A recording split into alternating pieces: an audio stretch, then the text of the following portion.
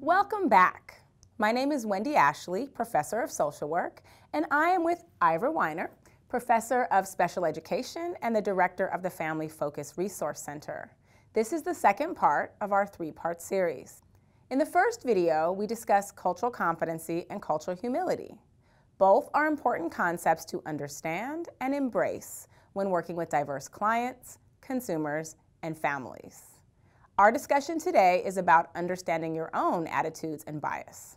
We all agree that it's important to have an awareness of one's own cultural identity and general assumptions about that identity in society. This awareness may help you understand how the consumer views you. The lenses through which we see others impact our behaviors and our perceptions. We are all responsible for our own judgments and biases we employ in relation to others. Each of us must confront our own attitudes, values, and bias that influence our success in communicating with others, especially people of different backgrounds and lived experiences. It can be hard to recognize these behaviors and attitudes in ourselves, so it's important to go through a self-assessment. Together, we will discuss a few approaches to better understand your own attitudes and bias. First, assess the limits of your knowledge about other cultures. Recognize that your knowledge of all cultural groups, including your own, outside of your own life, is limited, and commit to creating opportunities to learn more. With new consumers, take the time to learn a little more about their identities when you meet them. Ask about their cultural background and perceptions. Ask how their experiences impact their challenges and strengths. Remember that your goal isn't to learn the history of their culture. It is to learn their experiences of that culture and how it is relevant for them and the work you will do together. Keep an open mind, ask questions, and remember to keep a stance of curiosity. If you are curious, people will connect with you. Firing questions or asking people to represent the whole culture does the opposite and disconnects them from you. We need connection to effectively intervene with consumers and families. Committing to lifelong learning is key. You cannot learn it all in one lesson or even in a video, and the culture will change over time. Be curious and create opportunities to find yourself in places where you can learn about cultural differences and create relationships in cultures other than your own. Recognize that you have an opportunity and a responsibility to evolve with the culture. Difference can be very powerful. Those with privilege have the capacity to harm or heal based on their social location, power, and authority. Oppression exists in the form of racism, sexism, homophobia, transphobia, stereotypical attitudes, discriminatory, and hate-based actions. A great example of this is when consumers complain about oppression and it doesn't make sense to you. As opposed to taking a devil's advocate position and questioning what they believe and why, it may be helpful to form an alliance with them. Acknowledge that it sounds like they were wronged and ask how you can help. Know your own family history. It's important to know where your family came from, why they immigrated to this country, and what challenges they faced in assimilating. For instance, I was born in South Africa and lived in that country until I was 17. And I lived in that country under the apartheid regime. I was a member of the very privileged class. For me, I have to confront those beliefs almost on a daily basis and realize that although I was born into a life of privilege, it does not define who I am now, and it has helped me be sensitive to my own bias. Growing up in such an extreme environment has provided me with great insight when I work with those who are from different cultures. Know yourself and how your experiences have shaped you. Ask yourself, what is my ethnic, cultural, and racial identity?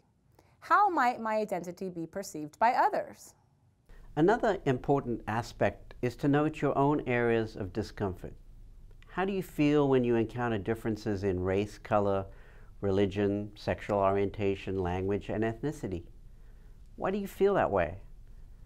If those are uncomfortable feelings, what can you do to change them? Be open to these uncomfortable feelings.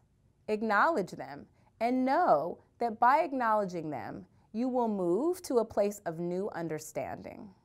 Initiate an active strategic plan to confront and manage them consistently. Remember, this is not a one-time activity. Develop strategies to counter those first impressions and connect with the real people in front of you. I've also learned to accept ambiguity. In cross-cultural situations, there can be uncertainty, and that uncertainty can make you feel anxious. Learn to slow down, take a deep breath, gather information in smaller pieces, and respond only when you have real understanding of what the other person is saying or thinking. One of the things that is helpful is to manage your fears and be curious. Put yourself in situations where you can learn and expand your knowledge about others and their cultural backgrounds. Go to somebody's church, attend a cultural activity, go hear music outside your comfort zone. Lastly, be aware of the possibility that you are in a dominant group or perceived to be in that group. Look, I'm a white male, which brings with it much privilege. I'm often perceived as a person with power and racial privilege. On a daily basis, I have to make an extra effort in my thinking to realize that based on my privilege, I can be seen as biased and not always as an ally.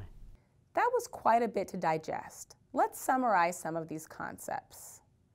Be aware of your own biases, privilege, and power. Ask yourself, what impacts your lens and the way that you see people and situations? Ask yourself, where do you carry privilege and power, and how are you using it? And ask yourself, what does your privilege obscure from your thinking and understanding? Like, what are you not seeing? Now that you have assessed your own attitudes and bias, let's cover a few ways that can help you increase your awareness. Identify 1 to 2 populations you can serve and educate yourself about their culture, values, and beliefs. Notice how your responses differ with people that are or are not of your cultural background. Bring those responses into alignment. Assess your daily interactions. Develop and maintain cultural humility. Find mentors and continue your education to develop sensitivity to the unique needs of all people. Ask questions of people you respect within your own organization and community, especially those of cultures other than your own. Mindfully develop those relationships. A few final thoughts about cultural awareness. Use your power to be an ally. When you hear inappropriate references to people who are culturally different, speak against those references. Clearly state why a culturally insensitive joke or slur is wrong. Be the facilitator of change. Use your voice and power to support others who may not be heard the same way. Each of us can make a difference in our own culture and in the greater community. That difference begins with an honest look at ourselves and a desire to address our own bias. A self-assessment can serve as a catalyst for change, as questions help individuals think critically about the impact their beliefs and behavior has on people from culturally different groups. We hope you will take the time to put these principles into practice. Thank you for taking the time to view this video. You have just watched the second video in the Cultural Competency series.